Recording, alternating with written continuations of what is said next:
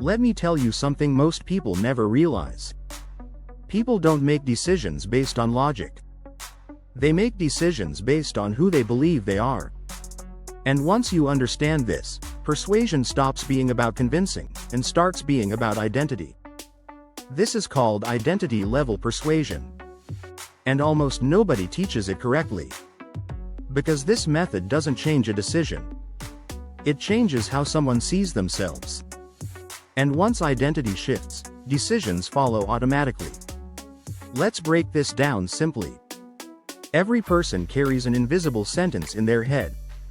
A quiet story they believe about themselves. Things like, "I'm not that kind of person. I don't do things like that. That's just not me." That story controls behavior. Way more than facts ever will. So if you try to persuade someone to do something that clashes with their identity, their brain will protect that identity at all costs. They'll resist, rationalize, or push back. Not because your idea is bad, but because it threatens who they think they are. This is where identity-level persuasion begins. Instead of pushing a choice, you align with identity. Instead of saying, "Do this," you silently say, "This is who you already are." First concept, the self-image hook. This is one of the most powerful persuasion tools you'll ever learn. People are deeply motivated to act in ways that feel consistent with how they see themselves. So instead of persuading behavior, you affirm identity.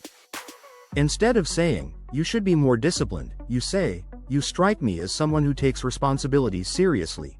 Notice the difference. No command nor pressure. You're simply holding up a mirror that reflects a positive self-image. Now the brain has a problem. If they accept that identity, they must act consistently with it. That's the hook. People don't want to break character with themselves. This works because humans are identity protective. Once someone internally says, "That's me," they'll move mountains to stay aligned with it. Second concept, identity mirrors. This is when you describe someone in a way that makes them recognize themselves in a stronger version. You're not telling them what to do. You're showing them who they are at their best. Example, say something like, "You seem like the type of person who thinks long-term, not just short-term." Now pause. Let them sit with that. Their brain begins searching for proof. And when the brain looks for proof, it starts generating behavior. This is subtle but powerful. You're not persuading from the outside. You're activating persuasion from the inside. That's why it feels natural.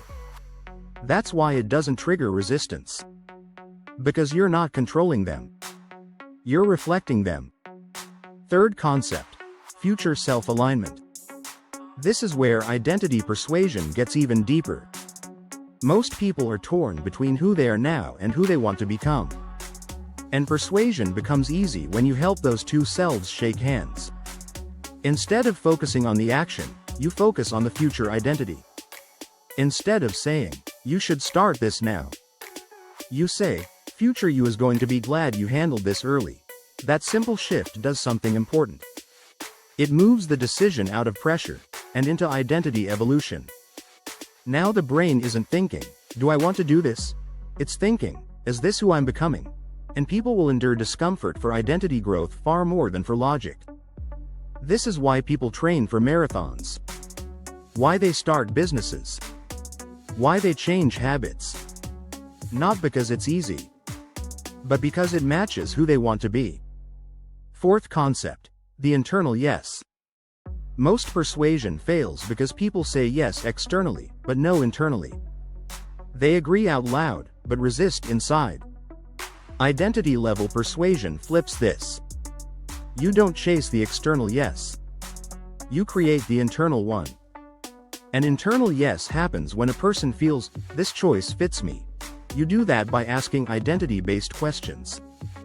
For example, what kind of person do you want to be in situations like this? Or, what feels more like you here? Notice something.